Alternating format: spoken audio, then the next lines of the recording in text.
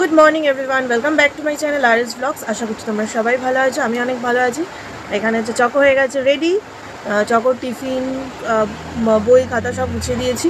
এখন বাসি বিছানাও তোলা হয়ে গেছে, শুধু মশারিটা তোলা হয়নি, মানে গুছিয়ে দিচ্ছি। এবার চকো বেরোবে, টাইম হয়ে গেছে।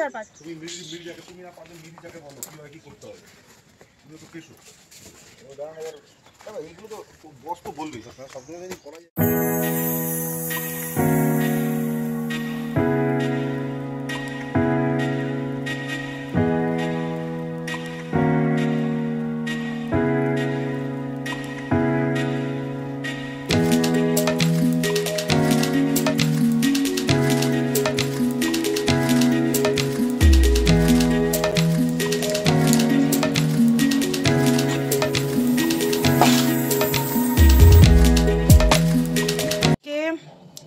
রান্না করব পাবদা মাছ।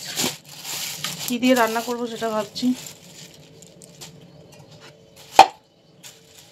চলো মাছগুলোকে কেটে নিই, নাহলে দেরি হয়ে যাবে মাছ কাটতে। ভাত বসিয়ে মাছগুলো কেটে নিই।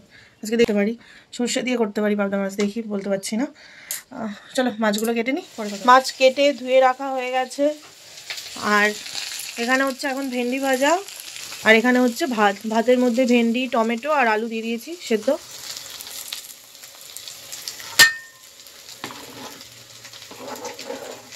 ভাত হয়ে এসছে, আর একটু বাকি। আলু দিয়েছি সেদ্ধ। এখানে বাবা চাটনির জন্য আম কেটে দিচ্ছে। নুন হলুদ মাখানো হয়ে গেছে, আর এখানে ভেন্ডি ভাজা হয়ে গেছে। এখানে হচ্ছে ডাল, আর এখানে হচ্ছে ভেন্ডি ভাজা, একটু উপরে পোস্ত ছড়িয়ে দিয়েছিলাম। আর এখানে হচ্ছে মাছে নুন হলুদ মাখানো হয়ে গেছে।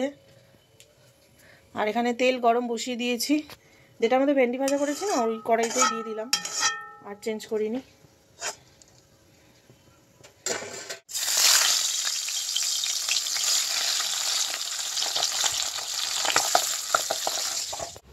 তারপরে দেখো আমি রান্নাবান্না সেরে, স্নান সেরে, পুজো দিয়ে চলে গেছিলাম চকোকে আনতে।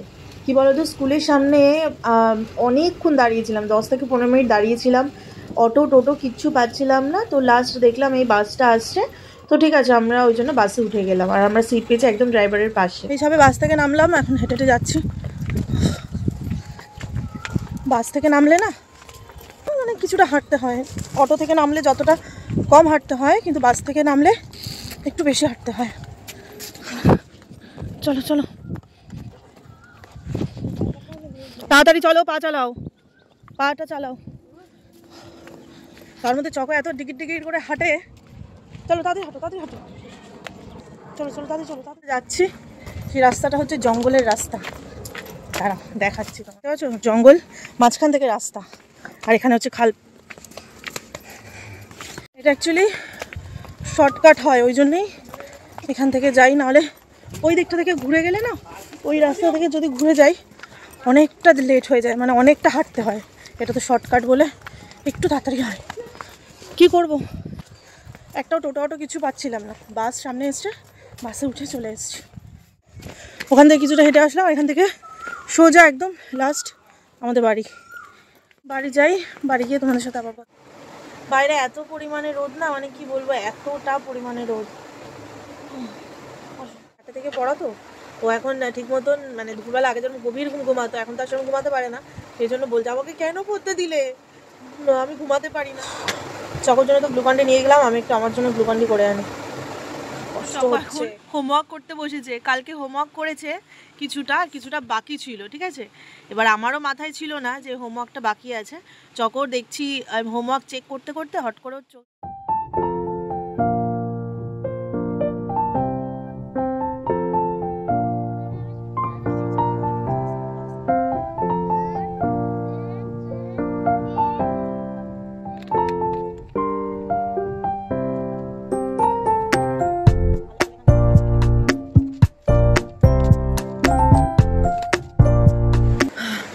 আমি হয়ে গেছি আবার রেডি। যেরকমভাবে স্কুলে গেছিলাম ওরমভাবেই রেডি হয়ে গেছি, যেরকমভাবে স্কুলে চকোকে আনতে গেছিলাম সেইভাবেই রেডি হয়ে গেছি। এখন বাজে হচ্ছে 3:45, আর চকোর পড়তে দিয়ে আসবো চকোকে। কি হচ্ছে কি হয়েছে?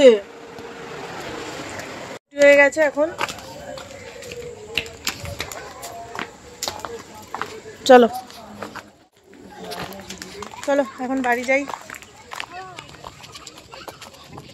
তো তারপরে দেখো আমরা বেরিয়ে গেছিলাম।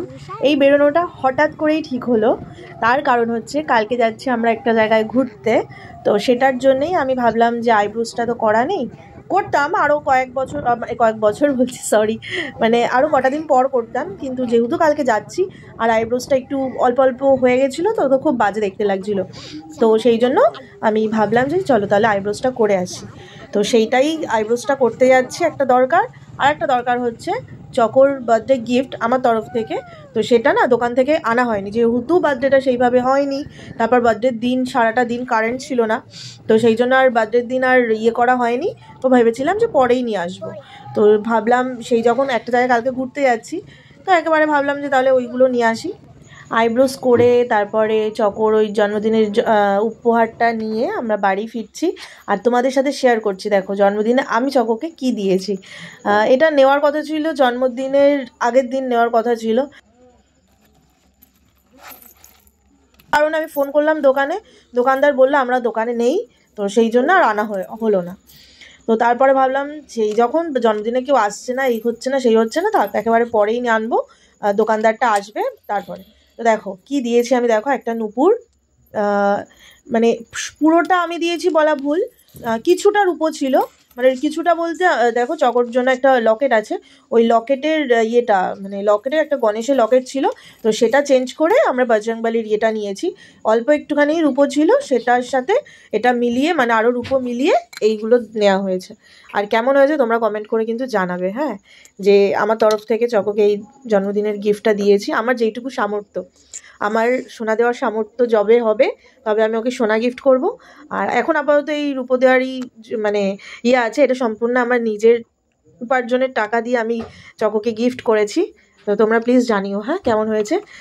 এটা নেওয়া হয়েছে মানে কালকে ঘুরতে যাচ্ছি, তো ওখানে ভাবলাম চলো খালি পায়ে খালি গলায় যাবে, সেই জন্য নিলাম। এখন বাজে হচ্ছে 9:30, আর একটু বেরিয়েছিলাম, কয়েকটা কাজ ছিল, তো সে কাজগুলো মিটিয়ে নিয়েছি।